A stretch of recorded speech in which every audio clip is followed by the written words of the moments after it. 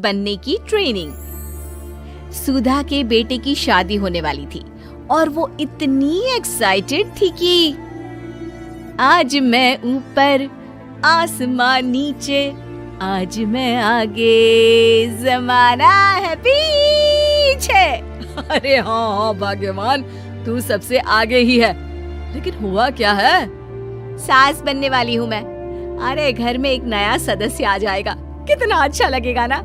आप और राहुल तो ऑफिस चले जाते थे और मैं पागल की तरह घर में अकेली। अब तो मेरा साथ देने वाली आ रही है इस घर में। बहुत बहुत बहुत खुश हूँ मैं। ओहो ठीक है बेगम, लेकिन अपनी खुशी को लगाम लगा कर रखो। क्या पता कैसी आए, तुम्हारा साथ देने वाली आए या फिर ऐसी आ जाए जो तुम्हारी शक्ल देखना भी पसंद ना करती हो। ऐसा क्यों बोल रहे हैं जी? शुभ नहीं बोल सकते तो अशुभ तो ना बोले। अच्छा जल्दी से तैयार हो जाओ, चांदनी चौक जाना है शादी की शॉपिंग के लिए। हाँ हाँ, थोड़ी सुबह तो हो जाने दो, दुकानें बाजार खुल तो जाए। तुम सच में ना पागल हो गई हो बहू के आने की खुशी में।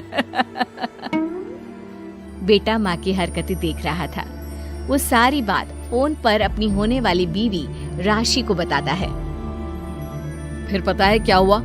माँ ना सुबह 6 बजे ही पापा को चांदनी चौक जाने को कहने लगी।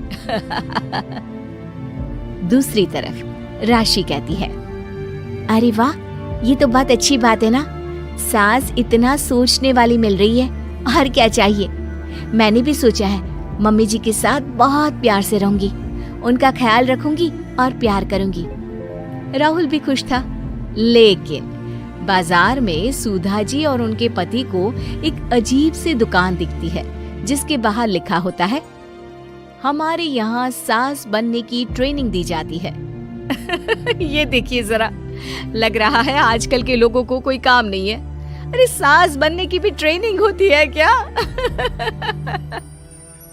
दुकान के सामने एक पिंजरा था, उसमें एक तोता बंद था। सुधा की बात सुनकर तोता बोल पड़ता है, अरे नादान औरत, अगर सास सही तो पूरा घर सही रहता है, परिवार बंधा रहता है और आने वाली जनरेशन संस्कारी होती है। लेकिन तू क्या समझेगी? जा जा आगे जा। ओए, तोते बड़ा बोल रहा है, क्यों आगे जाऊं? मैं नहीं जा रही। देखा देखा, तेरे जैसी औरत को तो सास बनने की ट्रेनिंग लेनी ही चाहिए। निकाल 1000 रुपये और जान दर, नहीं तो पूरी जिंदगी रोती रहेगी। सुधा को तोते की बात में दम लगता है। ए जी, निकालो ना जरा 1000 रुपए। अरे पागल हो क्या? जानवर की बात में आ रही हो? किस पागल आदमी की सुन रही हो, जिसे ये भी नहीं पता कि तोता जानवर नहीं पक्षी होता है। चलो निकालो 1000 रुपये और अंदर जाकर सास के रूप में जीवन को सफल कर लो। हाँ जी, बात तो ये सही बोल रहा है। कहाँ मैं आपकी बात में आ रही हूँ? मैं तो अंदर जा रही हूँ, 1000 रुपये दीजिए। पति क्या करता, बीवी की आज्ञा सर आंखों पर। लेकिन जैसे ही सुधा अंदर जाती है, सामने कई औरतें पहले से ही बैठी होती हैं।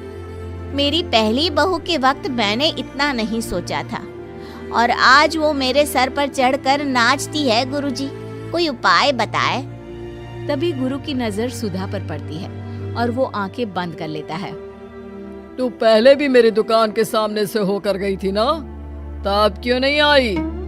औरत जो कि गुरु के साथ मिली हुई थी। महाराज, तब पता नहीं था कि सच में सास बनने की भी ट्रेनिंग लेनी होती है। लगा था घर में कोई सदस्य आ रहा है जो सारा दिन मेरे साथ रहेगी, लेकिन ऐसा तो कुछ भी नहीं हुआ गुरुजी। चल फिर पैकेज लेकर 20,000 वाला कल से आ जाना। जी महाराज, गुरुजी की जय हो। वो औरत भी सुधा को देखती है और कहती है, सही जगह आई हो बहन। 10-20 हजार का मुंह नहीं देखना भाई, बस घर बस जाए तो सोचो गंगा नहा ली। बहुत कमा लेंगे अगर परिवार एक रहा, नहीं तो बुढ़ापा वृद्धाश्रम में बिताओ। सुधा डर जाती है। वो गुरु के पास जाती है और उन्हें पैसे देती है। देखो, एक मंत्र गांठ बांध लो कि कभी भी बहू को बेटी ना समझना। जितना दबाकर पहले दिन से रखोगी, धीरे धीरे प्यार दोगी तो मान रखेगी, नहीं तो। ना जी ना गुरुजी, समझ गई।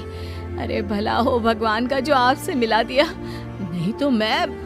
हाँ हाँ, आगे बढ़ते जाए, पीछे और भी लोग हैं, सबको मौका दे। सुधा घर आ जाती है। राशि शादी करके घर आती है तो दिमाग में सास की वही छवि होती है जो राहुल ने दिखाई थी। देखो राशि, मैंने काम वाली हटा दी है। वो क्या है ना, 2000 महीने लेती थी, यानी कि 24,000 साल का, और 5 साल में उसे जोड़ो तो 1,20,000 रुपए। माँ जी, और 10 साल जोड़े तो? तभी राहुल आ जाता है। अरे बस बस, इतना मत जोड़ो, फिलहाल भूख लगी है, कुछ खाने को दो। अरे पर बर्तन तो गंदे हैं ना, काम वाली तो आई नहीं, फिर बर्तन कौन धोएगा? अरे कौन धोएगा मतलब? तू धोएगी?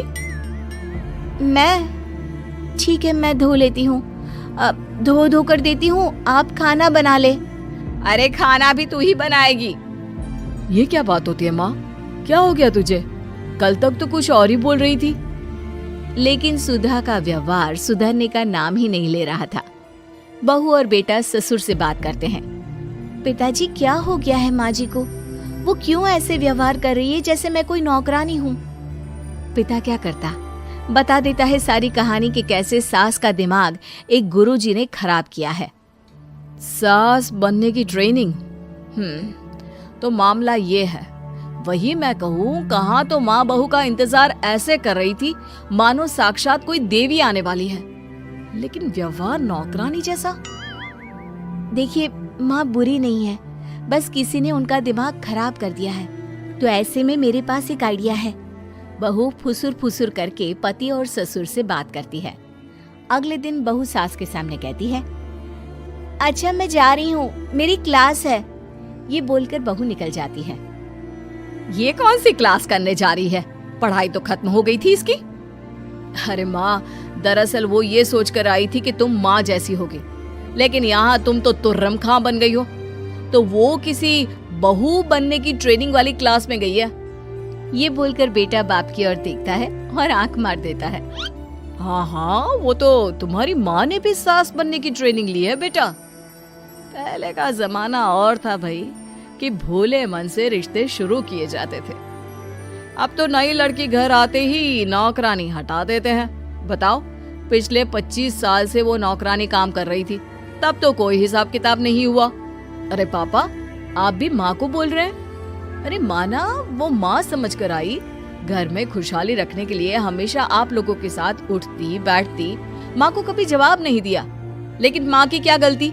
अरे दादी ने भी तो ऐसा ही किया होगा ना माँ के साथ, तभी तो माँ अपनी बहू के साथ ऐसा कर रही है।